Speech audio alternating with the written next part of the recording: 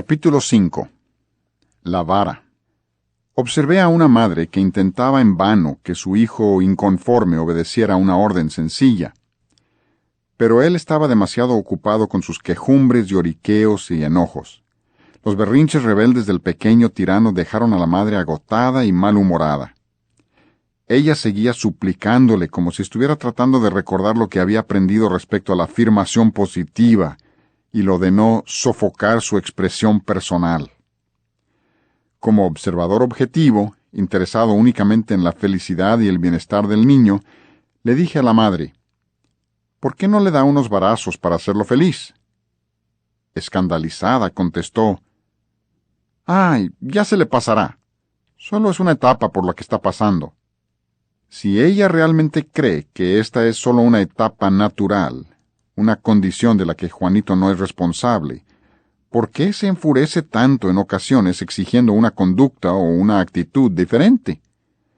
Esta madre, mientras lo excusa y espera pacientemente que la etapa se le pase, y muy a pesar de la filosofía que expresa verbalmente, en realidad sí culpa al niño. En lo más profundo, ella sabe que él podría y debería ser muy diferente. La crítica y el rechazo que él siente por la desaprobación de su madre y del público en general lo alinea contra la autoridad. Hemos llegado al punto donde resulta pertinente hacer algunos comentarios acerca del uso de la vara. Hablemos acerca de las nalgadas, a veces llamadas varazos. Proverbios 13:24 dice: el que detiene el castigo a su hijo aborrece, mas el que le ama desde temprano lo corrige. Lo que Dios dice es exactamente lo contrario de lo que muchos padres y educadores sienten. El pasaje afirma claramente que la falta de aplicación de la vara se debe a que los padres aborrecen al hijo. No, exclama una madre, yo amo demasiado a mi hijo como para pegarle. El padre o la madre que responde de esa manera no comprende: 1. La autoridad de la palabra de Dios. 2. La naturaleza del amor. 3. Sus propios sentimientos. 4. El carácter de Dios. 5. Las necesidades del niño. Número 1. Entendimiento de la autoridad de la palabra de Dios. El mismo Dios que dijo: dejad a los niños venir a mí y no se los impidáis, Marcos 10:14, también dijo: castiga a tu hijo en tanto que hay esperanza, mas no se apresure tu alma para destruirlo, Proverbios 19:18. El que detiene el castigo a su hijo aborrece, mas el que lo ama desde temprano lo corrige, Proverbios 13:24. La necedad está ligada en el corazón del muchacho, mas la vara de la corrección la alejará de él, Proverbios 22:15. No rehúses corregir al muchacho, porque si lo castigas con vara, no morirá. Lo castigarás con vara y librarás su alma del Seol, Proverbios 23:13 y 14. La vara y la corrección dan sabiduría, mas el muchacho consentido avergonzará a su madre, Proverbios 29:15. Corrige a tu hijo y te dará descanso, y dará alegría a tu alma, Proverbios 29:17. 2. Entendimiento de la naturaleza del amor. Puede ser que tengas sentimientos fuertes que te impiden pegarle a tu hijo, pero no es amor. El Dios que hizo a los niñitos y por tanto sabe lo que más les conviene, ha ordenado a los padres que usen la vara en el entrenamiento de sus hijos. Abstenerse de hacerlo, alegando amor, es una acusación contra Dios mismo. Tus acciones presuponen que Dios no desea lo mejor para tu hijo, o que tú sabes más que él. Padres deben identificar la diferencia entre verdadero amor y sentimentalismo. El sentimentalismo humano, natural, que frecuentemente se confunde con el amor, puede ser dañino si no se sujeta a la sabiduría. El amor no es sentimiento. Es decir, amor no es el sentimiento profundo que frecuentemente tenemos en relación con los más allegados a nosotros. Esos sentimientos pueden ser y frecuentemente son interesados, En realidad el amor no es una emoción. El amor en el sentido más puro es una buena voluntad y buenas acciones para con tus semejantes. El verdadero amor es desinteresado. Es decir que en el acto de amar no existe ninguna consideración del beneficio personal ni de la pérdida personal. 3. Entendimiento de nuestros propios sentimientos. La madre, emocionalmente débil, frecuentemente apetece la dependencia total de su hijo para sentirse realizada en ella misma. Ella satisface una profunda necesidad propia al consentir constantemente cada deseo del niño. La pasión abrumadora por el niño, que ella confunde con amor, es demasiado sagrada como para violarla pegándole al niño. La inseguridad de ella hace que considere únicamente lo que percibe como pérdida para sí misma por el acto de azotar. Teme hacer cualquier cosa que pudiera ocasionar que el niño la rechace. No la motiva el amor por el niño, sino el amor propio. Su propia debilidad emocional asume prioridad sobre las necesidades de su hijo. La lastimera expresión de traición en sus pobres ojitos le desgarran el corazón. Le dolería demasiado a ella obedecer a Dios en cuanto al entrenamiento de su hijo. Debido a su temor al sufrimiento emocional personal, evita el uso de la vara. Proverbios 13:24. El que detiene el castigo, a su hijo aborrece, mas el que lo ama desde temprano lo corrige. En su propia necesidad, es tan ingenua como para pensar que su dulzura de niño superará esa etapa para llegar a ser una persona maravillosa. Ella piensa, solo hay que darle más amor y un poco más de tiempo. Él todavía no entiende. El verdadero amor es olvidar tus propias necesidades y hacer lo que le conviene al niño. Si una madre asfixia a su bebé al besarlo, no lo ha amado. Su propia ira pudiera hacer que desconfíe de sus motivaciones al pegarle al niño. Por otra parte, sus temores pudieran remontarse a sus recuerdos de un padre tiránico e irrazonable. Quizá ella ha jurado, jamás seré como mi padre, amaré a mis hijos. Ellos no me tendrán miedo como yo temía a mi padre. El padre no solo le hizo daño a ella, sino que ahora les está haciendo daño a los hijos de ella debido a la reacción de ella hacia el extremo contrario. En ocasiones los recuerdos del pasado hacen que una madre sienta profunda aprensión cada vez que el padre les pega a los niños. La madre, que ha sido condicionada para asociar enojo con disciplina, atribuye una motivación de ira a todo el que le pega a un niño. El niño percibe el deseo de la madre de protegerlo y llora por ella cada vez que el padre intenta disciplinar. En las ocasiones que el padre sí disciplina al muchacho, el hecho de que el niño sepa que ella no está de acuerdo impide que la disciplina sea eficaz y hace que el niño se vuelva chantajista. Es tiempo de dejar de reaccionar contra el pasado y empezar a actuar como Dios y la buena razón mandan. Algunos padres evitan el uso de la vara debido a la presión de grupo. Posiblemente difieran con sus propios padres respecto al entrenamiento de los hijos. En la actualidad, los padres son bombardeados por propaganda supuestamente basada en los últimos descubrimientos de la psicología que denigran los preceptos bíblicos para la crianza de los hijos. Se avergüenza a los padres y se les intimida respecto a la aplicación de la disciplina.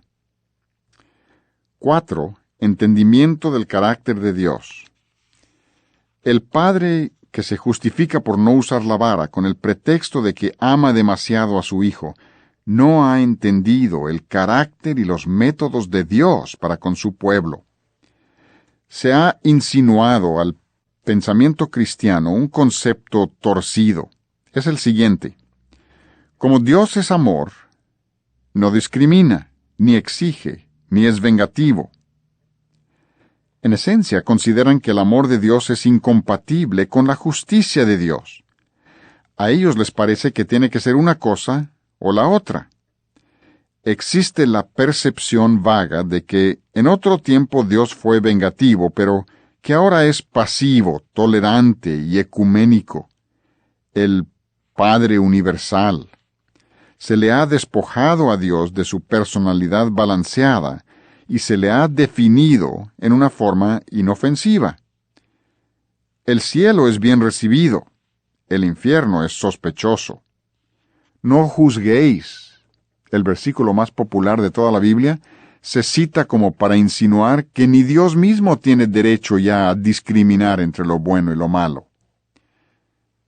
Con todo lo que Dios ama, también es santo, justo y veraz.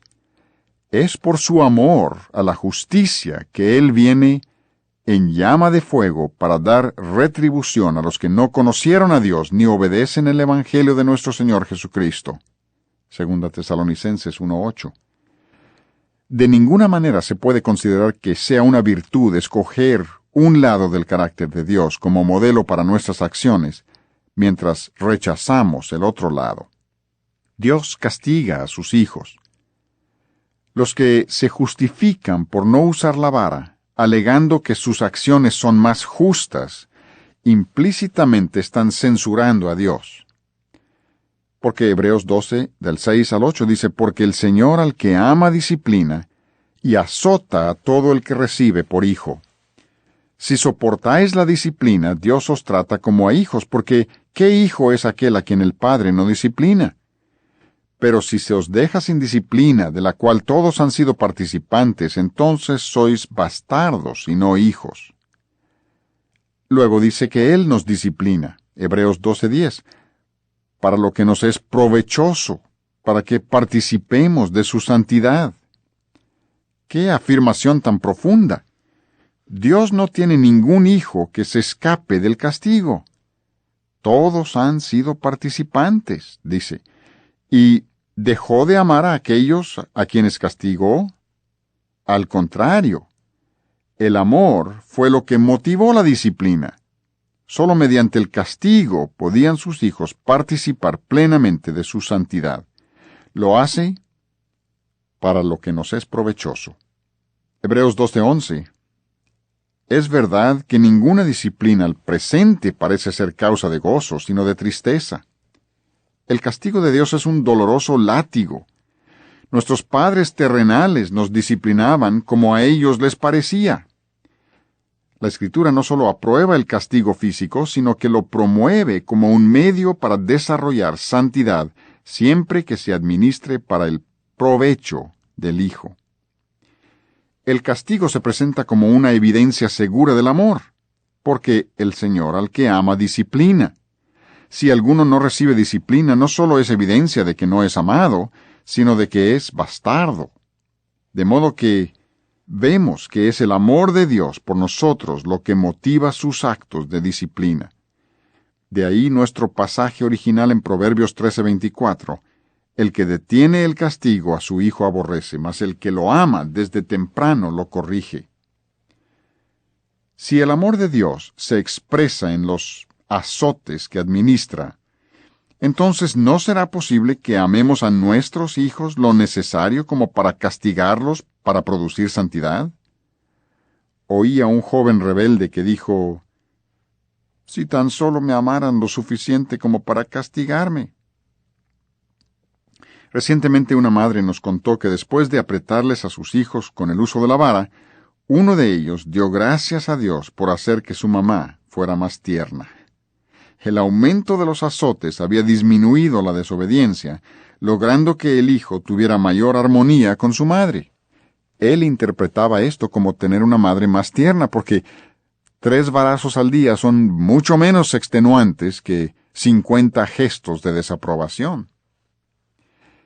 Quinto, entendimiento de las necesidades del niño. La naturaleza misma del niño hace que la vara sea un elemento indispensable para su entrenamiento y disciplina. Haremos un resumen de los comentarios previos sobre la naturaleza del niño, y luego sacaremos algunas aplicaciones prácticas importantes.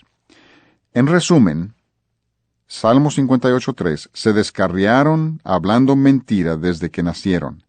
Un bebé tiene necesidades auténticas de alimento, caricias y comodidad física, pero muy pronto descubre que si representa falsamente sus necesidades, consigue satisfacer también sus deseos.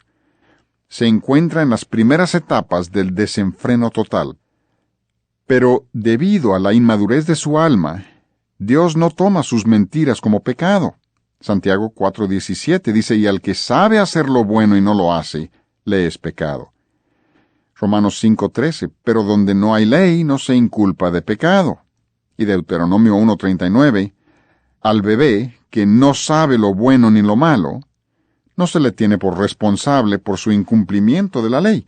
No obstante, los bebés sí mienten respecto a su condición y sus necesidades. Y los niños producen una multitud de pensamientos y actos motivados por su egoísmo, que al desarrollar un conocimiento del bien y del mal constituirán un cuerpo de pecado.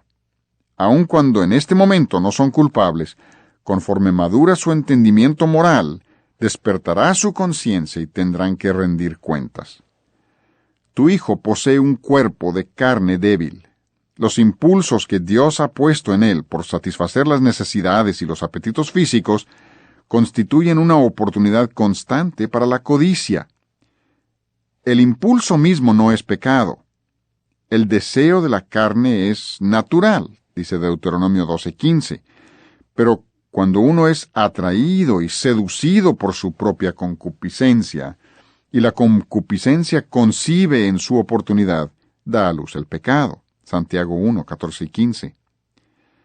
No puedes evitarle a tu hijo las pruebas que le vendrán a causa de su cuerpo de carne, pero sí puedes entrenarlo en dominio propio para que no desarrolle hábitos de desenfreno. La vara es el medio divino para conseguirlo. La vara y la corrección dan sabiduría. Proverbios 29:15. Entiende que no estamos diciendo que al niño se le pueda hacer cristiano mediante el entrenamiento, solo que su mente y cuerpo deben ser desarrollados hasta su máximo potencial de disciplina natural. Si elevas sus normas y logras que estime la verdad y la pureza, estarás auxiliando al Espíritu Santo para que lo redarguya de pecado, comprendiendo así su necesidad de un Salvador. Este es el uso legítimo de la ley. El entender el desarrollo del niño nos ayuda a entender nuestro papel en el entrenamiento. La autocomplacencia y el espíritu no gobernado producirán insatisfacción emocional en el niño, lo mismo que en el adulto. Un niño indisciplinado se sentirá inseguro. La falta de dominio propio produce ira. El no obtener lo que uno quiere produce autocompasión. La codicia insatisfecha produce desasosiego. Sentimientos de trato injusto precipitan la amargura. Por estas razones, tanto el niño como el adulto tienen una necesidad innata de ser gobernados. Fuimos creados para vivir bajo un gobierno. Es parte de nuestra naturaleza humana. De lo contrario, se producirá una falta de propósito y de identidad. Proverbios 29:15. El muchacho dejado por su cuenta avergüenza a su madre. La reacción común de los padres frente a un hijo desobediente es regañarlo, avergonzarlo o quitarle algún privilegio. Quizás sus padres lo envíen a su cuarto o lo sienten en un rincón, lo jaloneen y le den unas cuantas cachetadas. Concluyen con una amenaza y lo despiden frunciendo el ceño. El niño que es maltratado de esa manera no quedará liberado de su culpabilidad ni de su rebeldía. Al contrario, será provocado a reaccionar con ira y a inventar pretextos.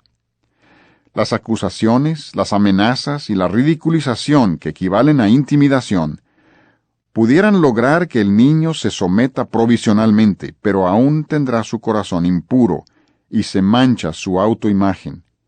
Pudiera caer en un patrón de desprecio de sí mismo. El niño más pequeño, sabiendo que no ha hecho lo que debe, experimenta culpa. La culpa es una autoacusación involuntaria. Significa que el alma se conoce a sí misma y no le gusta lo que ve. aun cuando las facultades anímicas del niño no están completamente operativas. No obstante, el niño que viola su conciencia naciente llega a estar cargado de culpabilidad y si se le deja desatendido, llega a aborrecerse a sí mismo. En la extraordinaria ignorancia de la psicología moderna, muchos sostienen la suposición de que el principal problema del hombre es que no se ama a sí mismo. Esto se debe a una falta de entendimiento de la relación entre el sentimiento de autodesprecio que procede de la culpabilidad y la motivación suprema del amor propio. Tragándose la sabiduría secular, los padres mal dirigidos intentan fortalecer la autoimagen del niño mediante afirmación positiva. Da asco ver a los padres tratando de purificar a sus hijos de culpabilidad mediante palabras dulces pero vacías. Nadie necesita ser motivado a amarse a sí mismo. Desde la creación, nos amamos a nosotros mismos por naturaleza. Pensamos en términos de lo que nos beneficiará a nosotros. Efesios 5:29 dice, porque nadie aborreció jamás su propia carne, sino que la sustenta y la cuida.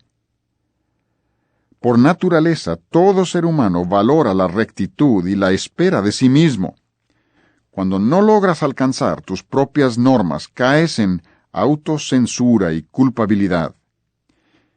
El espíritu humano, dado por Dios, viene equipado con un juez divino residente, la conciencia. La conciencia no es más que la mente conociéndose a sí misma. Mientras más valore uno su propia bondad, amor por sí mismo, mayor será su propio desprecio, culpabilidad, cuando no alcanza sus metas en cuanto a hacer lo bueno. El subsecuente odio por sí mismo no es más que el autorreproche por no haber beneficiado a la persona a quien más ama, a sí mismo. El niño o el adulto que se aborrece a sí mismo es aquel cuya conciencia lo está condenando por no cumplir con los ideales del amor propio. La autocensura se basa en el amor a sí mismo. Entre más se ame uno a sí mismo, más se aborrece a sí mismo. Si uno se aborreciera a sí mismo de verdad, encontraría gran satisfacción en sus propios fracasos. Cuando un niño se aborrece a sí mismo, se está censurando por violaciones conocidas de su conciencia y por no vivir a la altura de sus propias normas. No podremos sacar a ningún niño del abismo de la autocondenación con solo amontonar sobre él elogios vacíos. No lo podremos engañar con eso. Solo habrá culpabilidad cuando uno honestamente se juzga digno de acusación. Uno pudiera convencerse indebidamente de una responsabilidad, pero la culpabilidad no deja de ser la autoincriminación por un acto que se percibe como malo. La conducta mala acarrea culpabilidad. Lo mismo sucede con el rechazo o la ridiculización si el niño se llega a convencer de que él es el que está mal. Los padres emocionalmente inestables a veces usan la culpabilidad para manejar a sus hijos. Padres que intentan avergonzar o humillar a sus hijos para que hagan lo correcto, podrán conseguir que el niño temporalmente se someta. Pero la obediencia que procede de la desesperanza de la culpabilidad solo profundiza la culpabilidad, alejando al niño aún más del contacto con el verdadero arrepentimiento y la restauración. La culpabilidad nunca restaura por sí misma, es decir, no tiende hacia acciones menos dignas de censura. Por el contrario, el alma culpable está esclavizada por cualquier tentación. La culpabilidad lo coloca a uno fuera del alcance de los frenos psicológicos normales. La desesperanza de la culpabilidad elimina la motivación para hacer lo correcto. La congoja producida por el fracaso abate lo que uno espera de sí mismo. La culpabilidad abate la autoestima hasta el punto en que uno no espera más que el fracaso. Esta realidad ha hecho que muchos psicólogos modernos vean la culpabilidad misma como el problema. Ver la culpabilidad como si fuera la enfermedad es como tratar el dolor de muela, pero no tratar la muela misma. La culpabilidad es parte esencial de nuestro yo natural, moral. Sin ella seríamos como detectores de humo sin alarma. Pero la culpabilidad es solo un medio para llegar a un fin, una condición temporal. Es el dolor del alma, como cuando tocamos algo caliente, diseñado para advertirnos que debemos cambiar nuestras acciones. Es una gran bendición sentir culpabilidad genuina. Es una señal de vida, una respuesta sana. Frecuentemente vemos que las almas culpables que se han resignado a su condición se imponen dolor y sufrimiento a sí mismas. Este autoabuso es un intento inconsciente de pagar los platos rotos. La conciencia está indeleblemente marcada con la convicción de que el pecado merece castigo. Intuitivamente sabemos que la maldad no solo merece, sino que un día recibirá su castigo. Desde el más temprano despertar de la conciencia, el niño es presa de esta realidad. Sigue siendo una de las presuposiciones básicas de la vida. La culpabilidad es el testigo principal de la justicia en contra del pecador. Si el problema de la culpa no se resuelve, encadenará al condenado en la miseria eterna de sus pecados. Como un celoso y aguerrido fiscal, la conciencia no abandonará su caso mientras no se asegure de que se haya hecho la justicia. Un alma culpable es aquella que siente que merece un castigo proporcional a la ofensa.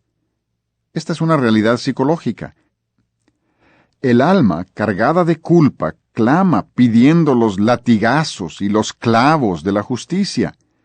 Es por eso que el alma del hombre jamás descansará mientras la conciencia no haya sido purificada mediante la mirada de fe hacia el Cordero de Dios, crucificado y sangrante. El cristiano es liberado de su culpabilidad mediante el Salvador, quien llevó la maldición de sus pecados. Pero sus hijos aún no pueden entender que el Creador ha sido azotado y clavado en el lugar de ellos. Sin embargo, no es necesario que los padres esperen hasta que sus hijos tengan edad para comprender la muerte vicaria de Cristo, para limpiar a sus hijos de culpa. Dios ha provisto a los padres una herramienta con la que pueden limpiar la culpabilidad de sus hijos, la vara de la corrección. Observé a un niño pequeño, quien al ser sorprendido en una maldad, volvió la espalda hacia sus padres, se bajó el pañal y se dio 3 palmadas en el trasero descubierto. La ofrenda, aunque simpática, no fue aceptada. Debe ser el legislador quien administre esa clase de castigo para que elimine eficazmente la culpa.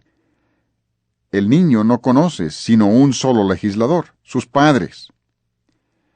No sigan la filosofía moderna de tratar de eliminar culpabilidad adulterando las normas o inflando con valor falso al niño culpable.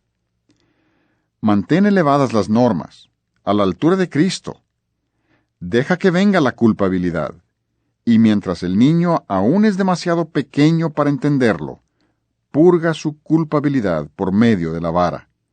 Cuando finalmente llegue el entendimiento, asimilará fácilmente los principios de la cruz.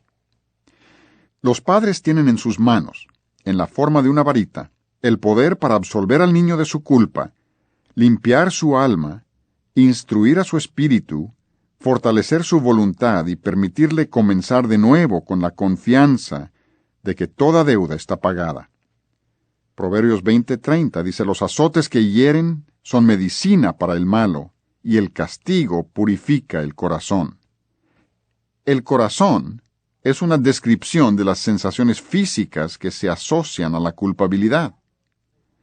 Se dice que los flagelos, o azotes de Hebreos 12:6, son para el alma lo que es la restauradora irrigación sanguínea para una herida.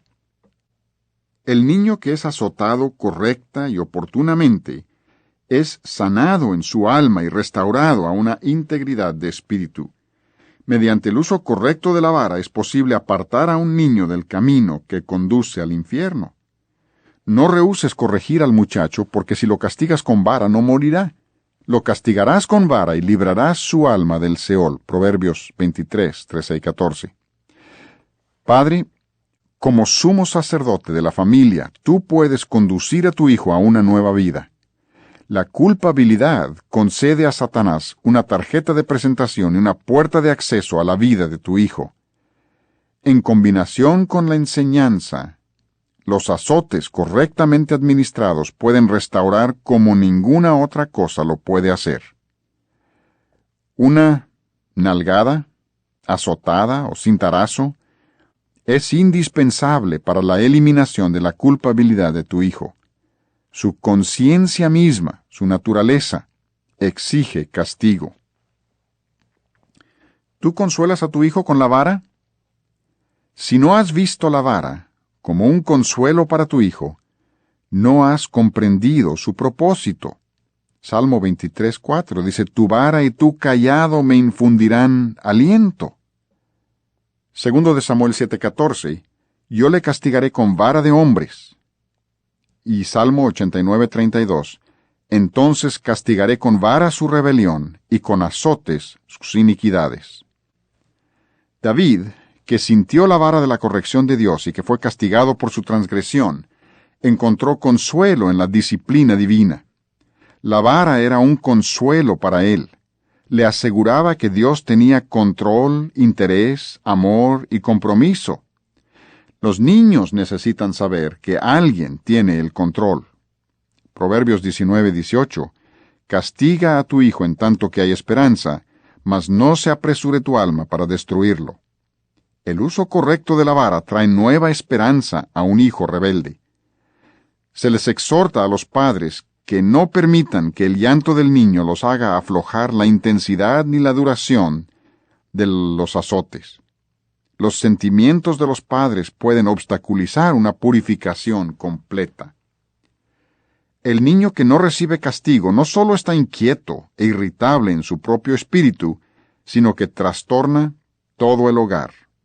Proverbios 29:17, corrige a tu hijo y te dará descanso, y dará alegría a tu alma. Recientemente una pareja joven con 5 hijos vino a buscar nuestro consejo. La esposa se había enfriado en relación a su marido y era irritable con sus 3 hijos menores de 5 años. A veces siento que me vuelvo loca. No quiero tener más hijos, dijo ella abruptamente. Se quedaron en nuestra casa un par de días sometiéndose a un escrutinio. Después de recibir un poco de enseñanza acerca de la constancia en el entrenamiento y el uso correcto de la vara, se fueron a casa a intentarlo. 2 semanas más tarde estuvieron en una reunión de iglesia donde yo estaba predicando. Sus hijos estaban todos sentados con ellos, sin moverse para nada. Después el padre, con los ojos llenos de asombro, exclamó, «Ha ocurrido un milagro aquí esta noche, y nadie parece haber tomado nota». Mientras yo buscaba a mi alrededor muletas abandonadas, él prosiguió, «Toda una reunión sin un solo murmullo. No lo puedo creer. Un poco de entrenamiento y disciplina con la vara, y los niños les dieron reposo y deleite. Además, los niños obviamente estaban más contentos. Posteriormente la madre dijo, «Ahora creo que me gustaría tener más hijos». No veas la vara como arma defensiva o como muestra de fuerza. Debes verla como una varita mágica. Cuando los padres ven por primera vez sus poderes restauradores, se quedan asombrados. No deja de asombrarme la fuerza de la pequeña vara. Imagina a un niño de cualquier edad que está molesto, quejumbroso o fastidiando a otros niños. Al mirarlo, lo único que ves es la cara posterior de su labio inferior. Nada ha dado resultado. El muchacho siente que vive en territorio extranjero, ocupado. Obviamente trama el día en que pueda despojarse de su yugo de esclavitud. Si se le soborna, amenaza o golpea, solo se vuelve peor. Si no usas la vara con el hijo, estás creando un nazi. Después de una breve explicación respecto a las malas actitudes y la necesidad de amar, aplica la vara calmada y pacientemente a su trasero. De alguna manera, después de 8 o 10 varazos, el veneno se transforma en amor, efusivo y contentamiento.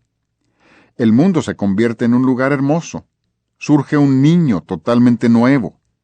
Hace que el adulto contemple la vara con asombro, tratando de explicarse qué clase de magia contiene. Dios no hubiera ordenado a los padres que usen la vara si no fuera para el bien del niño. La vara, no el rincón. Conozco a un niño que no recibe varazos cuando hace un berrinche o desobedece. Parece que le deleita hacer lo que se le prohíbe. Entre más se revela, más cruel y culpable se vuelve. Como castigo, se le pellizca o lo sientan en un rincón o en ocasiones lo encierran en un closet oscuro. Al salir está más furioso que nunca. Sería capaz de infundir temor a un dragón lanzafuegos. Sentado en un rincón se le oyó decir: «Nadie me quiere. Soy tan malo como el diablo. Nunca hago nada correctamente». A este muchachito lo están criando para que ocupe su lugar en una celda de cárcel. Los rincones oscuros y los closets oscuros engendran oscuridad en el alma. Un cuarto vacío y un niño enfurruñado incuban culpabilidad y enojo. Solo la vara y la reprensión traen corrección. De alguna manera los niños saben que la vara es lo que justamente merecen. La vara es un regalo de Dios. Úsalo, como la mano de Dios, para entrenar a tus hijos. Continúa en el siguiente volumen. Esta es una versión en audio del libro Para entrenar a un niño. Si deseas ordenar ejemplares de este libro o del juego de grabaciones, por favor escribe a, para pedidos dentro de los Estados Unidos, No Greater Joy Ministries, Mill Pell Road, Pleasantville, Tennessee, 37033, Estados Unidos de América. O para pedidos fuera de los Estados Unidos, El Hogar Educador, 1001, Calle 10 Sur, Suite G 529, McAllen, Texas, 78501, Estados Unidos de América.